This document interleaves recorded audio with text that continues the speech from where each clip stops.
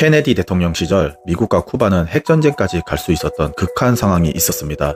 다행스럽게 미국과 소련의 원만한 합의로 잘 해결되었고요. 그런데 지금 64년 만에 트럼프가 쿠바를 점령해버릴 거라고 공식 석상에서 말했습니다. 그런데 여기서 중요한 질문이 생깁니다. 왜 지금 쿠바인가? 오늘 미국과 쿠바 이 두 나라가 어떻게 이렇게까지 됐는지 그 긴 역사를 처음부터 끝까지 다 파헤쳐 보겠습니다. 1898년부터 2026년 현재까지 128년의 이야기입니다. 이야기는 1898년으로 거슬러 올라갑니다. 당시 쿠바는 스페인의 식민지였어요. 그런데 쿠바 아바나항에 정박 중이던 군함 메이노가 폭발하는 사건이 발생합니다. 미국은 이걸 빌미로 스페인과 전쟁을 벌이죠. 미국 스페인 전쟁입니다. 미국이 승리했고 쿠바는 약 3년간 미군정 통치 후 1902년 독립합니다. 근데 여기서 중요한 게 진짜 독립 목적이 아니었다는 거예요. 미국은 플랫 수정안이라는 불평등 조약을 쿠바에 강요했습니다. 이게 뭐냐면 미국이 쿠바 내정에 마음대로 간섭할 수 있다는 조항입니다. 실제로 1906년 쿠바에서 반란이 일어나자마자 미국이 다시 쿠바를 점령했고 1909년에 또 독립시켰습니다. 경제적으로도 완전히 미국에 종속됐어요. 미국 기업들이 쿠바 사탕수수 산업의 60%를 소유했습니다. 관타나모에 있는 미군 기지가 설치됐고 지금도 거기 미군 기지가 있습니다. 1940년대에서 50년대 호렌시오 바스티타라는 인물이 독재 정권을 운영했는데 이 사람들은 철저하게 친미 성향이었어요. 미국의 지원을 받으며 쿠바를 통치했죠. 그 시절 쿠바는 미국인들의 휴양지였고 카지노와 호텔이 즐비한 곳이었습니다. 근데 문제는 쿠바 국민들의 삶이었어요. 부패가 만연했고 빈부격차가 극심했습니다. 대부분의 국민들이 가난했죠. 그리고 1959년 1월 1일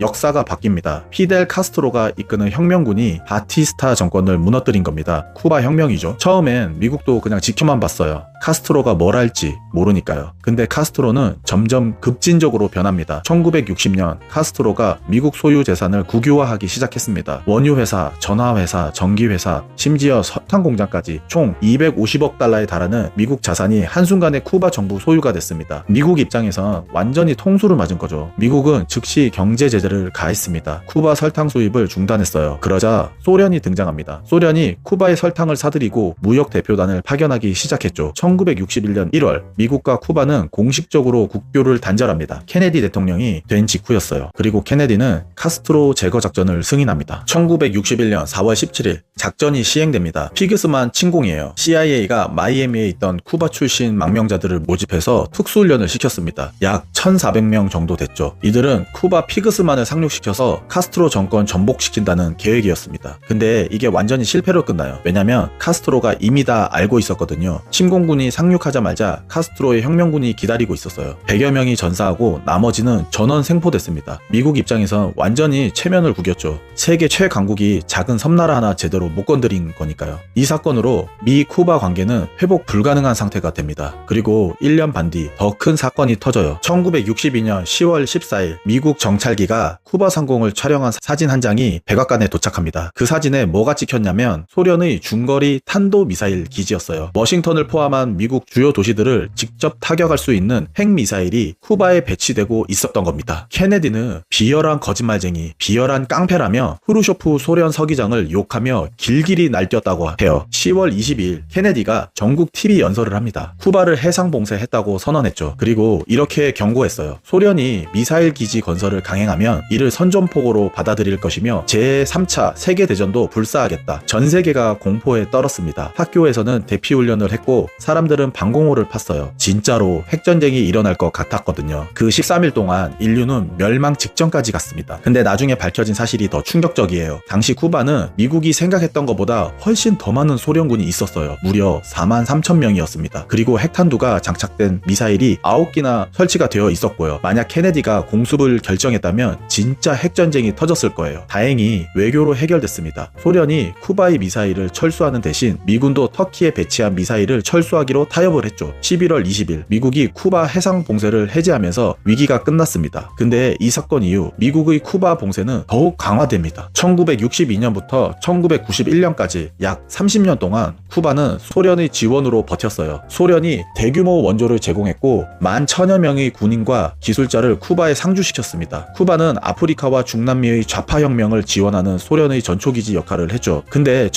동유럽이 먼저 무너지고 1991년 소련이 붕괴하면서 쿠바는 완전히 고립됩니다. 러시아가 군인들과 기술자들을 전부 철수시켰어요. 원조도 끊겼고요. 쿠바는 이 시기를 평화의 시대의 특별한 시기라고 부르는데 완곡한 표현이었고 실제로 경제 대붕괴였어요. 12만 5천 명의 쿠바인들이 배를 타고 미국으로 탈출을 했습니다. 전력난, 식량난, 모든 게 부족했죠. 1990년대 중반부터 쿠바는 조금씩 시장을 개방했습니다. 미국 달러 사용을 허용하고 자영업 일부를 허용했습니다. 외국 기업들이 투자도 받아들이기 시작했고요. 그렇게 2000년대를 넘어갑니다. 2014년 12월 17일 역사적인 발표가 나옵니다. 버락 오바마 미국 대통령이 쿠바와 국교 정상화를 선언한 거예요. 재밌는 건 이 과정에서 프란치스코 교황이 큰 역할을 했다는 거예요. 교황이 오바마한테 직접 편지를 보냈고 라울 카스트로에게도 편지를 보내서 대화를 중재했습니다. 발표 날짜가 12월 17일이었는데 공교롭게도 교황 생일이었어요. 일부러 맞춘 거 아니냐라는 말까지 나왔죠. 2015년 4월 11일 오바마와 라울 카스트로가 파나마에서 처음 만났습니다. 양국 정상이 만난 건 1956년 이후 59년 만이었어요. 2015년 7월 1일 미국과 쿠바가 정식으로 재수교를 했습니다. 53년 만의 일이었죠. 2016년 3월 오바마가 현직 미국 대통령으로는 88년 만에 처음으로 쿠바를 방문했습니다. 아바나 거리를 걸으면서 쿠바 국민들과 인사했습니다. 역사의 한 장을 넘기자는 게 오바마의 말이었습니다. 근데 2017년 트럼프가 대통령이 되자마자 분위기가 바뀝니다. 트럼프는 오바마의 쿠바 정책을 비판했어요. 카스트로 정권에 면죄부를 준 거다였죠. 트럼프는 1기 때 여행 제한을 다시 강화하고 일부 제재를 복원했습니다. 하지만 국교 자체를 끊지는 않았어요. 2021년 바이든이 대통령 되면서 조금 완화되는 듯 했는데 큰 변화는 없었어요. 그러다 2025년 1월 트럼프가 다시 대통령이 됩니다. 그리고 바로 쿠바 압박을 시작해요. 근데 이번엔 차원이 달랐습니다. 2026년 1월 3일 엄청난 일이 벌어집니다. 미국이 베네수엘라를 전격 공습한 거예요. 수도 카라카스를 공격해서 니콜라스 마두로 대통령을 생포했습니다. 트럼프는 마두로를 마약 밀매 집단의 우두머리라고 불렀습니다. 실제 목적은 다른 데 있었어요. 베네수엘라는 쿠바의 가장 큰 동맹국이자 석유 공급원이었거든요. 마두로가 축출되면서 쿠바는 완전히 고립됐습니다. 주요 에너지 공급원이 끊긴 거예요. 설상가상으로 트럼프가 쿠바와 석유 거래하는 모든 국가에 관세를 부과하겠다라고 경고했어요. 2차 제재라는 건데 러시아나 중국도 쿠바에 석유를 팔면 미국한테 제재를 받는다는 뜻이에요. 쿠바는 에너지 수요의 66%를 수입의 연료에 의존하는데 그게 완전히 차단된 겁니다. 결과는 대규모 정전 사태였어요. 쿠바 전역의 전기가 끊겼습니다. 그리고 2026년 5월 1일 쿠바 노동절에 아바나에서 대규모 반미 시위가 열려요. 수만 명이 미국 대사관 앞에 모여서 미국의 압력에 저항한다고 외쳤습니다. 바로 다음 날인 5월 2일 트럼프가 플로리다 행사에서 폭탄 발언을 합니다. 우리 군대는 쿠바를 거의 즉시 점령할 수 있습니다. 그리고 실제로 새로운 제재를 발표했습니다.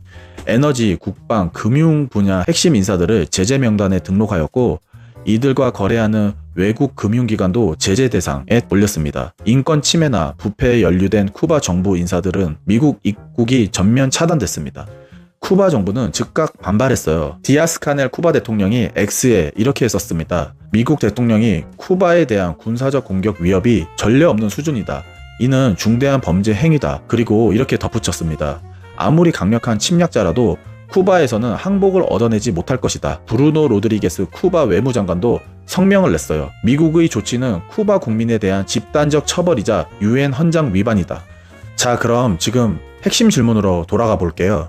트럼프는 왜 지금 쿠바를 이렇게 압박하는 걸까요? 첫 번째 이유는 라틴 아메리카에서 미국의 영향력을 재확립하려고 할 겁니다. 미국이 1대1로 프로젝트를 통해 중남미 곳곳에 세력을 확장했어요. 트럼프는 이걸 견제하려고 하는 거죠. 베네수엘라를 먼저 처리하고 이제 쿠바 차례라는 겁니다. 두 번째는 국내 정치예요. 플로리다에는 쿠바계 미국인들이 엄청 많거든요. 이들은 전통적으로 반카스트로 성향이고 공화당을 지지해요. 트럼프가 발언한 플로리다 행사장에는 쿠바계 인사들이 대거 참석했고 박수가 터져 나왔다고 합니다. 세 번째는 마코 루비오 국무장관이에요. 루비오는 쿠바계 미국인이에요. 부모가 쿠바에서 망명한 사람들이죠. 루비오는 평생 쿠바 정권을 비판해왔고 이제 국무장관이 돼서 실제로 정책을 집행할 수 있는 위치에 있습니다. 트럼프가 머지않아 많은 사람들이 쿠바로 돌아가게 될 것이라고 말한 건 쿠바 정권 교체 후 망명자들이 귀환까지 염두에 둔 거라고 말할 수 있습니다. 그럼 쿠바는 이 상황을 버틸 수 있을까요? 솔직히 말하면 상황이 매우 안 좋아요. 베네수엘라라는 주요 동맹을 잃었고 에너지 공급이 끊겼고 경제는 붕괴 직전입니다. 러시아와 중국이 잠재적으로 지원국이지만 미국의 2차 제재 경고 앞에서 적극적으로 개입하기는 어려워요. 트럼프가 쿠바가 간절히 협상을 원한다고 공개적으로 언급한 거 보면 쿠바 정부가 이미 비공식적으로 협상 의사를 타진했을 가능성도 있다는 거예요. 근데 쿠바 정부 입장에서는 쉽게 굴복할 수도 없어요. 왜냐면 1959년 혁명 이후 67년 동안 미국의 압박을 견뎌왔는데 지금 와서 항복하면 정권의 정통성 자체가 무너지거든요. 디아스 카넬 대통령이 아무리 강력한 침략자라도 쿠바에서 항복을 얻어내지 못할 것이라고 한 건 그냥 하는 말이 아니에요. 진짜 끝까지 한번 버텨보겠다라는 의지의 표현이라고 볼 수 있다는 거죠. 자, 그럼 앞으로 어떻게 될까요? 몇 가지 시나리오가 있습니다. 첫 번째 시나리오는 쿠바의 협상 테이블 진입, 경제적 압박을 못 견디고 쿠바가 협상을 제안하는 경우예요. 트럼프가 시간 문제라고 자신있게 말한 게 이겁니다. 만약 이렇게 되면 냉전 이후 가장 극적인 미 쿠바 관계 재편이 일어날 수 있다는 거예요.